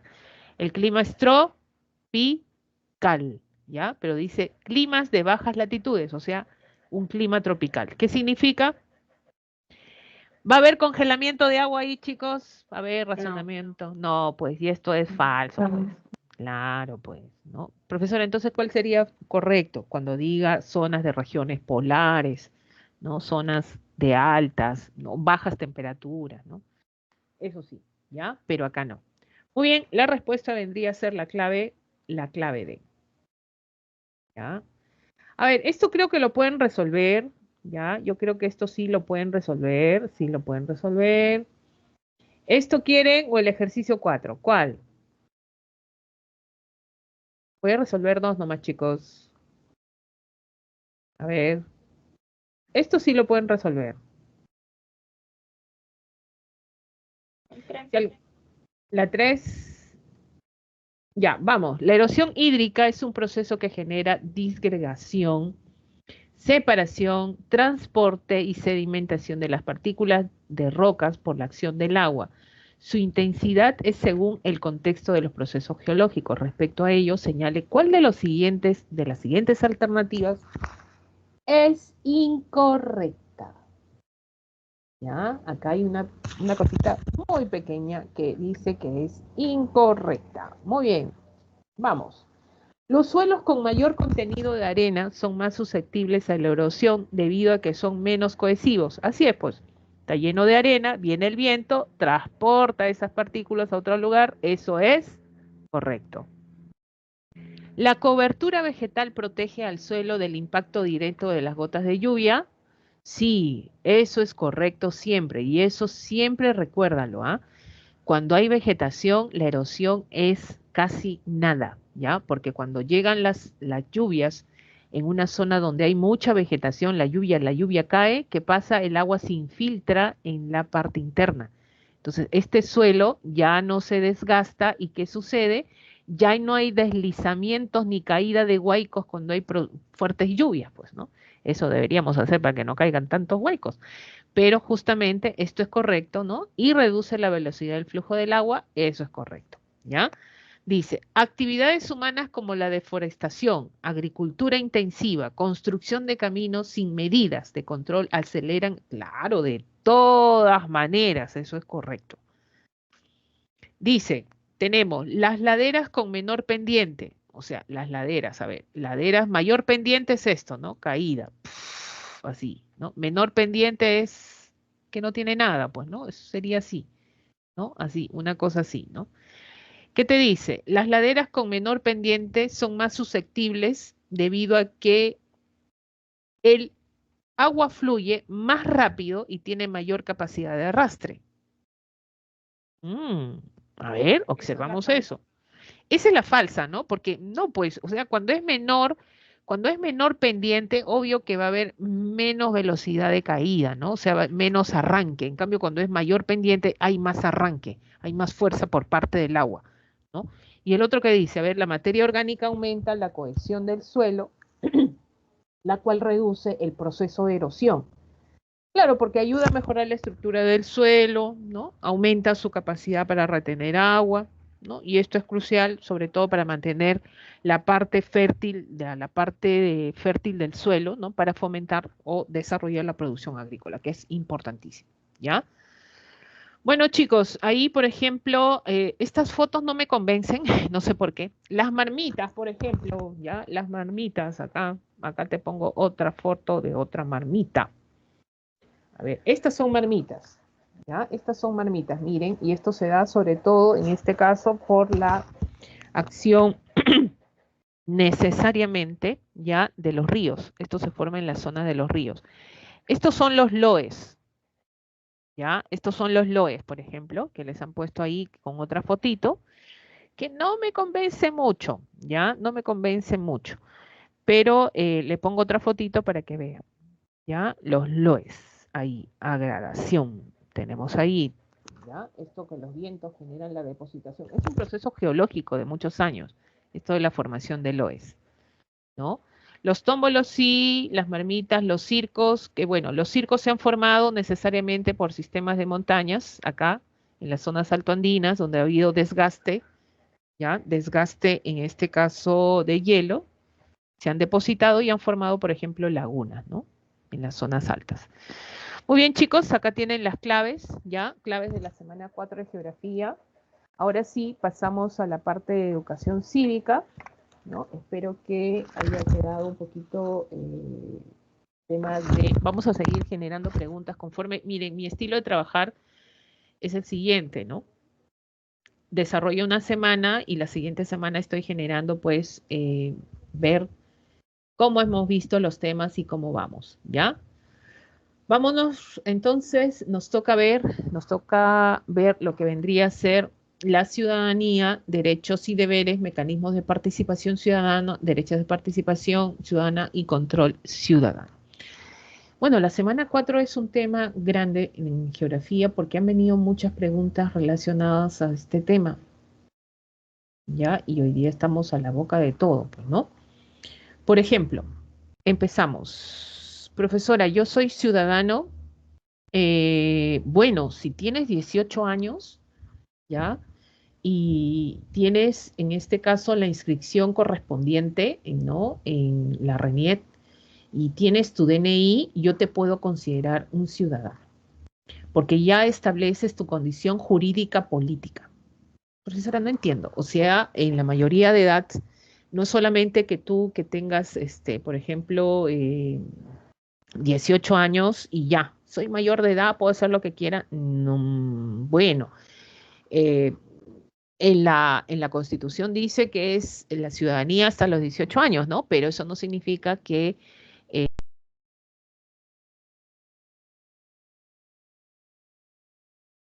respalden, ¿no? O estás inscrito en la situación, sobre todo, adecuada, ¿ya? Correspondiente a lo que vendría a ser, en este caso, pues, para ejercer tu ciudadanía. Entonces, toda persona mayor de 18 años tiene la plena capacidad de ejercicio. Esto incluye a todas las personas con discapacidad, igual condiciones, con las, en este caso, con los mismos derechos, ¿ya? Y en todos los aspectos de la vida. Ahora, dicen que el DNI ya va a cambiar, ¿no? El DNI ya deja de ser el amarillito, el azulito. Pronto todos es obligatorio, va a ser que todos van a tener su DNI, en este caso electrónico, con tu chip respectivo, ¿ya? Profesora, cuando yo era menor de edad también era protegido y ahora que soy mayor de edad, ¿cómo cambia mi condición? Bueno, tienes la plena capacidad de ejercicio, vas a ejercer tus derechos y deberes, eso sí es importante, a nadie le gusta, sobre todo los deberes, los derechos sí le encantan.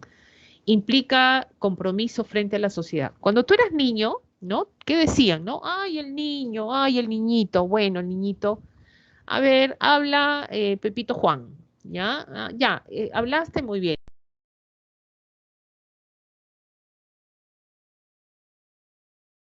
Menores de edad, ¿no? Ahí está el instrumento de la protección hacia los niños, entonces, no. ¿Qué pasa? Pues a partir de acá, pues tú decías, yo opino, ¿no? Te escuchaban y uno decía, ya, anda a jugar, ¿no? Profesor, ahora, ¿qué pasa cuando soy ciudadano? Tu opinión importa. ¿Ya? Porque ya eres un ciudadano que adquiere deberes y derechos. Entonces, como tu opinión importa, ¿qué significa? Que, pues, ahora sí vamos a ejercer cierta condición jurídica y política dentro de la sociedad. Profesora, ¿puedo participar en elecciones? Sí. Profesora, ¿puedo elegir a mi candidato favorito? Me gusta la Keiko Fujimori, profesora. Ya, vota, no importa. Ahí está. Profesora, ¿puedo, de repente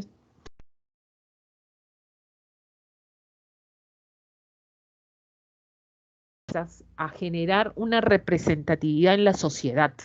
Y todo lo que hagas va a tener consecuencias y responsabilidad, ¿ya? Entonces, vas a ejercer, por eso dice, deberes y derechos. Profesora, ¿y eso es importante? Algo así, en la sociedad, ¿ya? Es por eso que dicen que puedes intervenir en asuntos públicos, como el caso de referéndum. Profesora, ¿puedo vetar sí o no? Sí, iniciativa legislativa. Profesora, ¿eso qué significa? Que puedes fomentar, crear una iniciativa de ley. Profesora, yo quiero crear una ley que diga que todos los universitarios de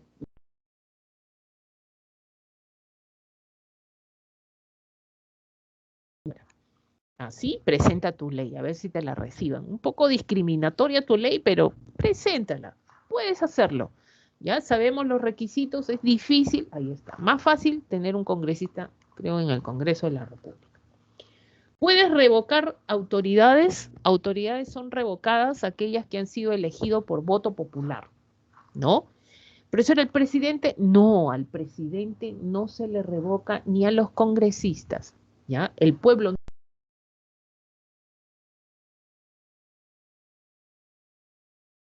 como el caso de gobernadores regionales, vicegobernadores del Consejo Regional, tienes ahí alcaldes, regidores, ¿no? Tienes ahí al juez de paz, que es la única autoridad que puede ser revocada, ¿ya? La remoción es cuando tú vas a quitar del cargo a una autoridad que ha sido nombrada por otra autoridad. Y demanda de rendición de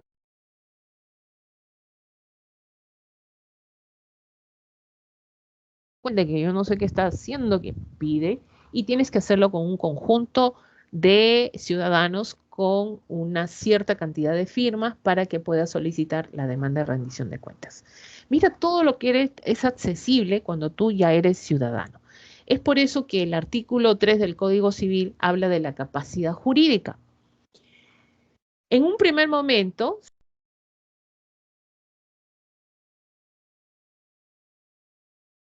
si es capacidad de goce con el nacimiento, ¿ya?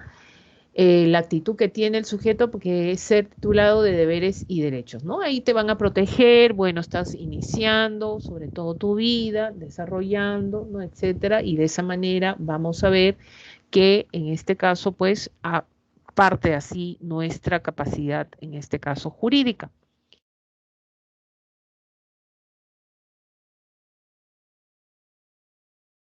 Ojo con esto que te puede venir en pregunta. ¿Cuándo se adquiere la capacidad de ejercicio de un ciudadano? ¿Cuándo se adquiere la capacidad de ejercicio de un ciudadano? Cuando se adquiere la mayoría de edad. ¿Ya? No olvidemos eso. Si tienes ahí para resaltar, hay que resaltar esto o escribirlo. Entonces, el sujeto tiene para ejercer personalmente sus derechos y deberes. En otras palabras, celebrar por sí mismo sus actos jurídicos, por ejemplo, ¿no? Entonces, a partir de acá está cambiando nuestra situación. Ahora, tenemos derechos, en este caso,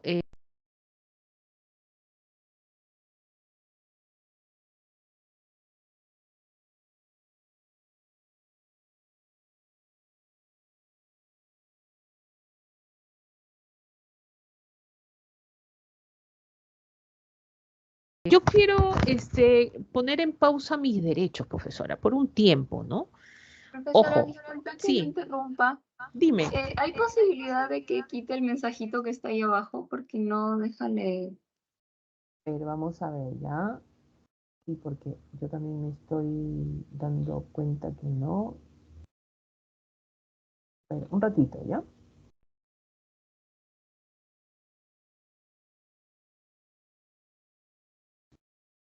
Listo.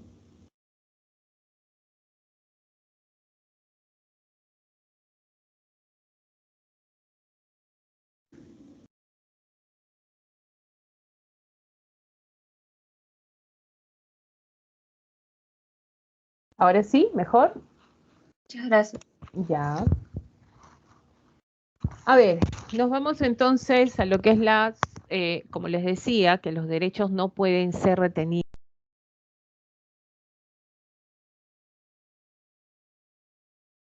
ni un funcionario ni el mismo Estado lo puede hacer. Pero según el artículo 33 de la Constitución Política, ¿no? Específicamente en los derechos ciudadanos, o sea, están referidos a la parte civil, se puede generar la suspensión de derechos, ¿no? En tres casos: por resolución judicial de interdicción, ¿ya? Por sentencia con pena privativa de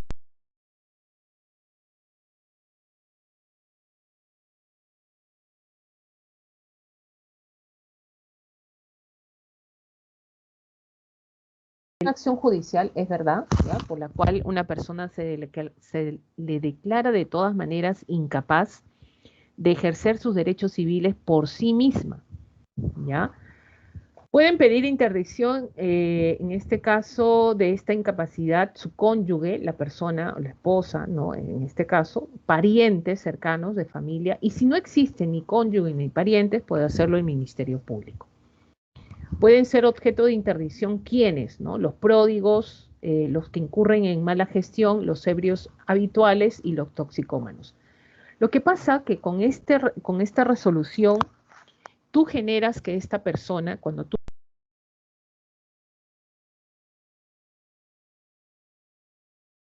va a ir a votar, no. Profesora, ¿va a recibir su multa porque no iba a votar? No. Profesora, ¿va a poder firmar un documento, una compra, venta? No.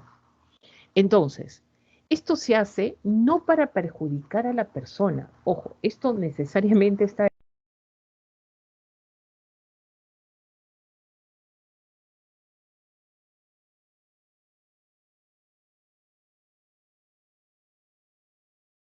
Y te buscan y dicen, oye, este es un ebrio habitual, ¿no? Es un toxicómano que no sabe ni qué día estamos hoy, ha gastado toda su plata, está vendiendo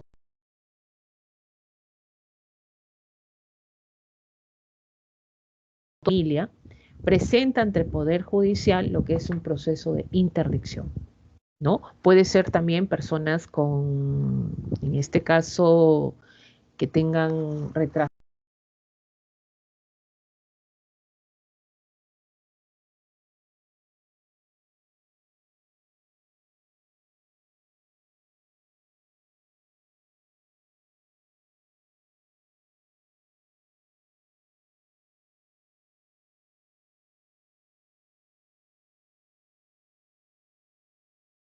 Entonces, para que no haya aprovechamiento de alguien y para que ellos no generen de repente perjudicarse, se genera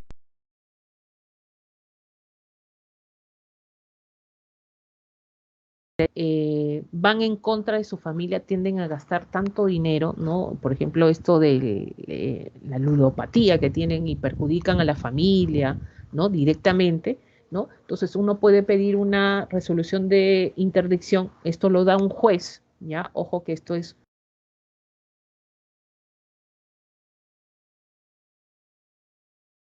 que te dan a ti, ¿ya? Te dan a ti sobre todo la interdicción, pues va a existir lo que es una especie de curador, ¿no? Un curador que va a dirigir o va a hacerse cargo de esta persona que ha sido interdicta. Muchos hijos a veces presentan a sus padres como interdictos,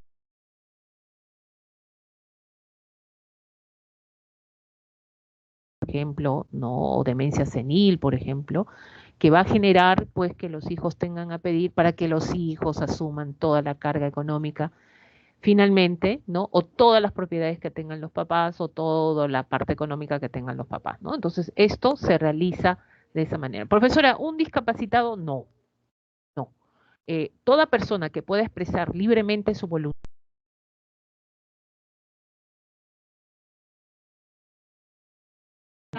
pero tiene cómo comunicarse y expresar su voluntad, no tienes por qué presentar interdicción.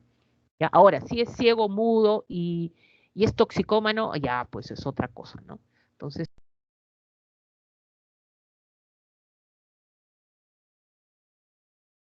¿ok?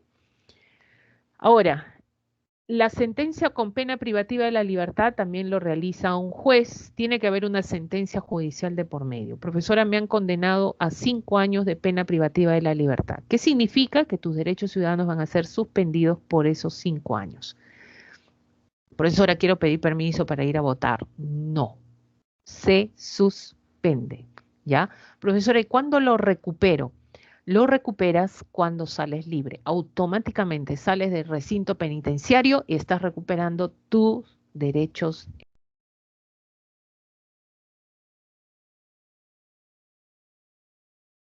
Han hecho una prisión preventiva, ¿ya? Prisión, ojo con esto, preventiva, ¿ya? Han hecho una prisión preventiva a un gobernador regional, profesora,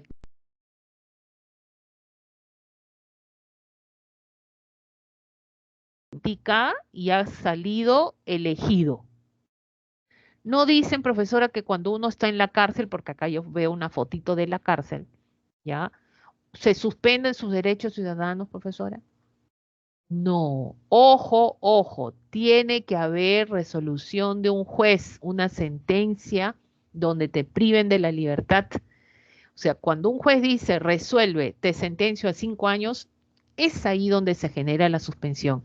Pero cuando es prisión preventiva, preliminar, en este caso, para investigar un caso, caso de corrupción, caso, etcétera, de lavado de activos, etcétera, tus derechos ciudadanos están activos. Lo único que se ha suspendido es tu libertad, pero tus derechos de participar en una elección popular no están suspendidos. Tú puedes ser elegido y fue elegido este gobernador nuevamente por el pueblo, imagínense, ¿ya? Entonces tiene que haber una resolución judicial. Entonces una pregunta tiene que venir así, resolución por sentencia. Cuando te dicen por sentencia, quiere decir que eso es correcto, se suspenden los derechos ciudadanos.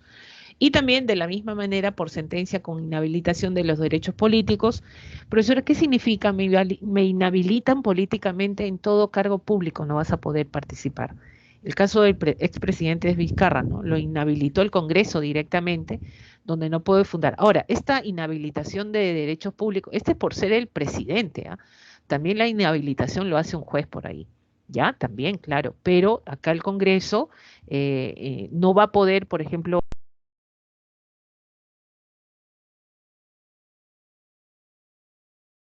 a elecciones públicas, ¿no? Y sabemos pues que hay una contraparte en contra del expresidente.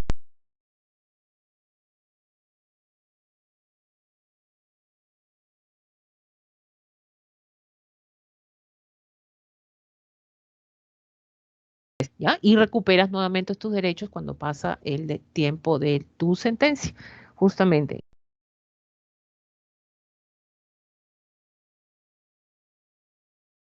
También esa sentencia por otro lado, ¿no?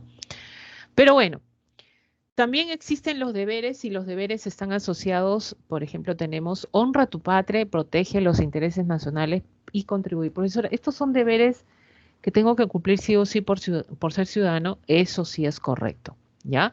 Honrar a tu patria, no traicionar a tu patria, contribuir con su desarrollo. Por eso, en este caso, estamos como deberes ciudadanos, tenemos que generar esa situación en todo momento, defender la Constitución y sus leyes, las mismas que deben ser cumplidas para todos.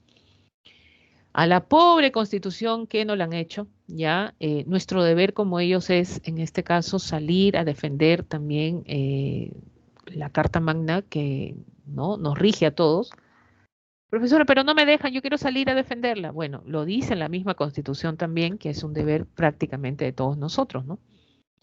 Pagar los tributos. Profesora, yo no quiero pagar tributos.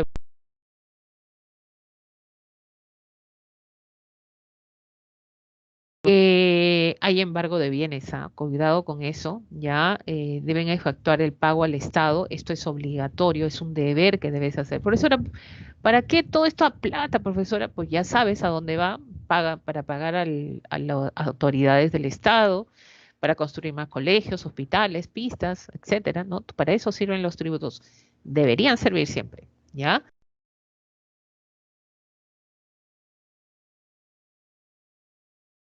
En la Constitución y la ley. Ojo con esto, ¿ya? Sufragar, o sea, elegir ir a sufragar es un deber ciudadano, pero también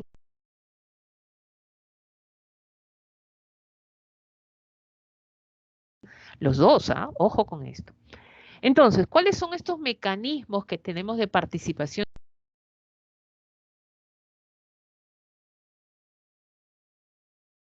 Hay que controlar y tomar decisiones en la gestión de desarrollo de la comunidad, ¿ya?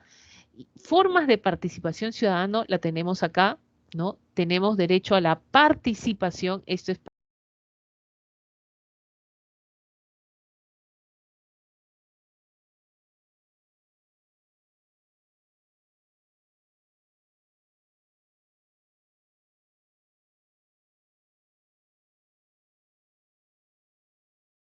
¿ya?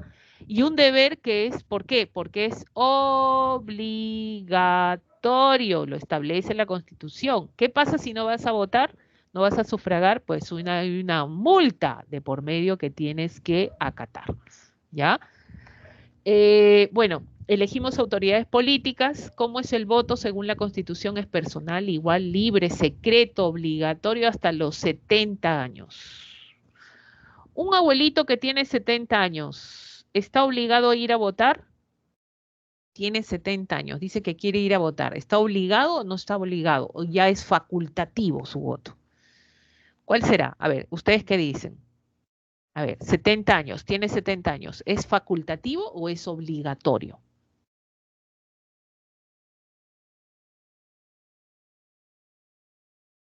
Años ya, pues hasta los 70 años es obligatorio.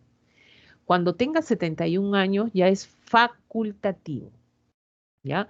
Profesora, ¿va a seguir su nombre en este caso en el acta y no en el padrón? Sí, va a seguir, ¿ya? Pero es facultativo. ¿En qué significa facultativo? Si quiere va, si quiere no va, ¿no? Y no le van a generar la multa respectiva, ¿ya? Ahora, iniciativa de reforma constitucional también es un derecho de participación ciudadana. Sí, como te dije, tenemos la iniciativa de reforma,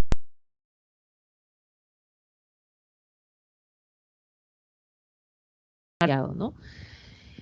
Teníamos iniciativa de reforma constitucional.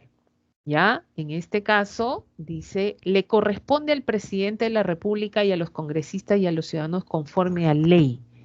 Específicamente ha cambiado esto, porque dice acá, Congreso aprueba dictamen que restringe las reformas constitucionales mediante referéndum. Se solicita el 0,3% de la población del... Profesora, pero acá dice que yo puedo solicitar...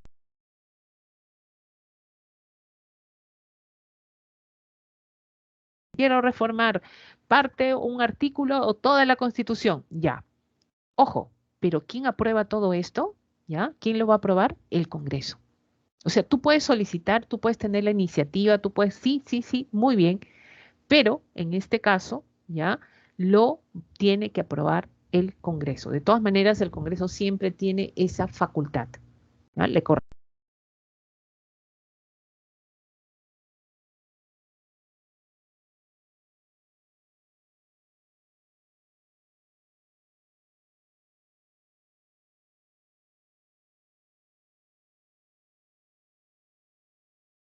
electoral del país. Lo puede hacer directamente también el presidente de la República, los congresistas, otros poderes del Estado, instituciones públicas, o sea, pueden irse de...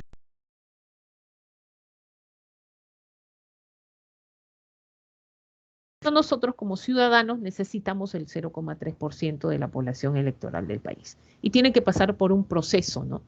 Ahora, este 0,% no es que agarres tu papel bond A4 y comiences a generar firmas, no, tienes que comprar esto, mira acá la foto, el kit electoral. Este kit, por ejemplo, es donde tú vas a poner las firmas y donde finalmente la RENET va a verificar.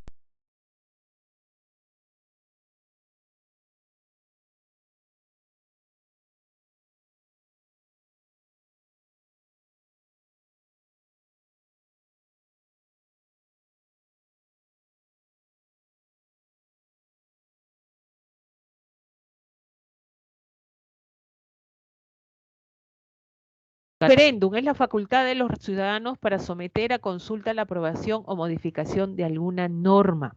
¿Ya? Puede ser solicitado por un número de ciudadanos no menor del 10% del electorado.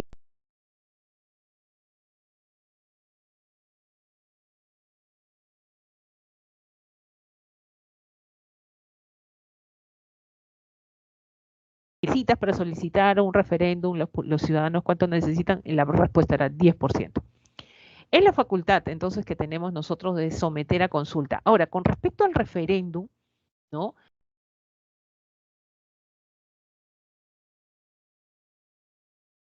¿Qué cosa? La reforma total o parcial de la Constitución política, la aprobación de leyes, normas regionales de carácter general y ordenanzas municipales. Todo lo que tenga que ver con procesos de descentralización se pueden someter a referéndum. La desaprobación de leyes, decretos legislativos y decretos de urgencia también se someten a referéndum, ¿no? Y acá se repite esto de la descentralización. Ahora, se ha modificado, miren, los artículos 40 y 44 de la Constitución presentando, en este caso presentando que toda la reforma constitucional debe ser aprobada por el Parlamento con mayoría absoluta de sus miembros y que el referéndum.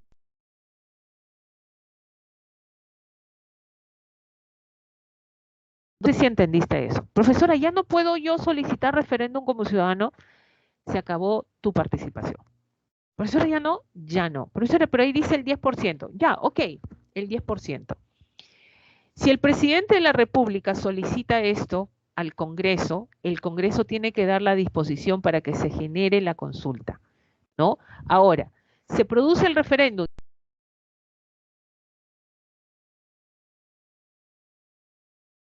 Aprobar una reforma constitucional es el Congreso de la República.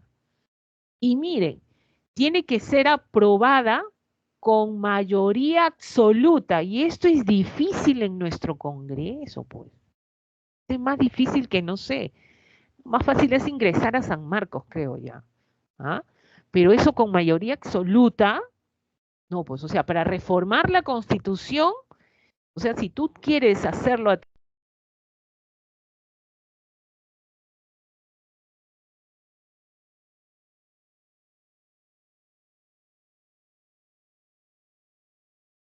referéndum, por más que ha comprado tu kit donde tienes el 10% de firmas, esto finalmente se realiza, pero tiene que ser aprobada por la mayoría absoluta del Congreso. Así estamos, chicos. Ya hay que entender las leyes para poder entender qué está pasando en nuestro. Esto ha sido cambiado recientemente. Quiere decir que nos están quitando menos instrumentos.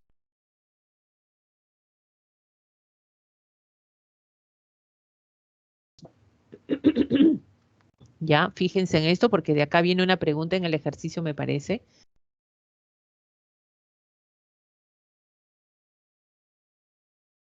Recuadro, ¿este referéndum solo marca sí o no?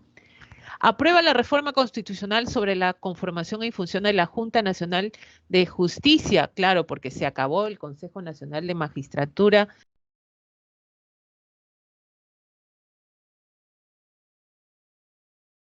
Sí.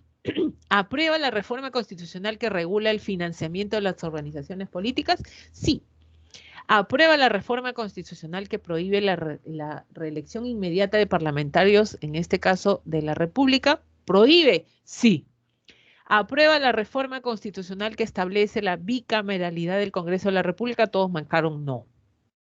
Lo que se aprobó fueron los 3 primeros. ¿Ya? Ahora, esto de la reelección, creo que lo están modificando los congresistas hoy en día, ¿no? Necesitan votos y las otras instancias para modificar esto. Esto fue en el gobierno de Vizcarra, si no me equivoco, y generó pues tener la aprobación de 3 reformas finalmente, ¿ya? Ahora, están los derechos de control. Los derechos de control que hacen, profesora, controlan autoridades que hemos elegido. Por ejemplo, la revocatoria de autoridades. Profesora, vuelvo a repetir. Toda autoridad que ha sido elegido por ti, por voto popular, ¿no? Ahí está, ¿quién? El presidente regional, en este caso los vicegobernadores regionales, del Consejo Regional, el alcalde, los regidores y los jueces de paz. Y los jueces de paz, no te olvides que esto ha venido en pregunta y todos han marcado poder judicial. No, procede una revocatoria. Por un juez de paz ha sido elegido por la población. ¿Ya? Un juez de paz no necesariamente es un abogado. Entonces, para revocar a alguien necesitas el 25% del electorado local. Ahora, no es que fue elegido y al año que sigue lo voy a revocar. Ajá, ese alcalde no me cae. No, tienes que esperar por lo menos 2 años de su gobierno para revocarlo. O falta un año para que termine su gobierno y lo vas a revocar. No, ya tiene que ser en el segundo año, si no, no procede la revocatoria. Y necesitas el 25% del electorado local. ¿Qué significa? Donde vas a revocar, pues a la autoridad, no del electorado nacional, no. Si es de una región, las firmas del electorado de la región. Si es de un distrito, las firmas del electorado de un distrito. ¿ya? Ahora, remoción de autoridades es cuando esta autoridad 1 ha sido elegida por la autoridad 2, ¿no? Por ejemplo, yo soy la directora general de educación de todo Cajamarca y he sido designada por otra autoridad, ¿no? Entonces, descubren que yo tengo actos de corrupción, ¿no? Y nadie me puede sacar porque el que me nombró es mi Pinky, mi amigo, ¿no? Ah, pero yo quiero sacarte, oh, corrupto, corrupta, corrupta. Entonces, ¿qué pasa? ¿Puedes sacar a esta autoridad que no ha sido elegido por ti, pero ha sido nombrado por otra autoridad? Sí, lo puedes hacer. Directores, ¿no? De salud, de educación, lo puedes hacer. Necesitas el 50% del electorado electoral, que es mucho más, ¿no? Entonces, podemos sacar cargos, privar del cargo de empleo de un funcionario designado por otra autoridad, lo podemos hacer, ¿ya? Demanda de rendición de cuentas, la capacidad de interpelación que tienen los ciudadanos son susceptibles a cargos sujetos a revocatoria y remoción. 10% del electorado local. Por ejemplo, mi alcalde es un corrupto, entonces, ¿qué hago? ¿No? Ah, acto de corrupción, ahí sospecho algo que está, no sé cuánto entra, cuánto sale de dinero, muy bien. Entonces, necesito el 10% del electorado local, miren, todo esto se presenta en la OMPE, finalmente, ¿para qué? Para generar la demanda de rendición de cuentas, ¿no? Ahora, una vez que descubro actos de corrupción de repente, ahí procedo a destinar si esta autoridad se va a una revocatoria o a una remoción. Depende a dónde has pedido la rendición de cuentas.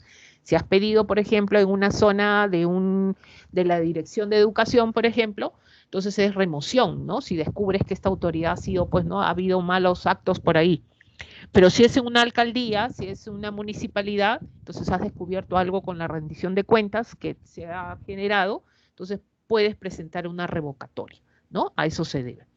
Ahora, otras formas de participación también está el presupuesto participativo. Es un instrumento en el cual las autoridades, tanto regionales como locales, ¿no? Con las organizaciones de la población, definen qué van a orientar los recursos económicos. Es como que yo fuera el alcalde de un distrito y digo, convoco a presupuesto participativo y tienes que inscribirte, no cualquiera va a ingresar.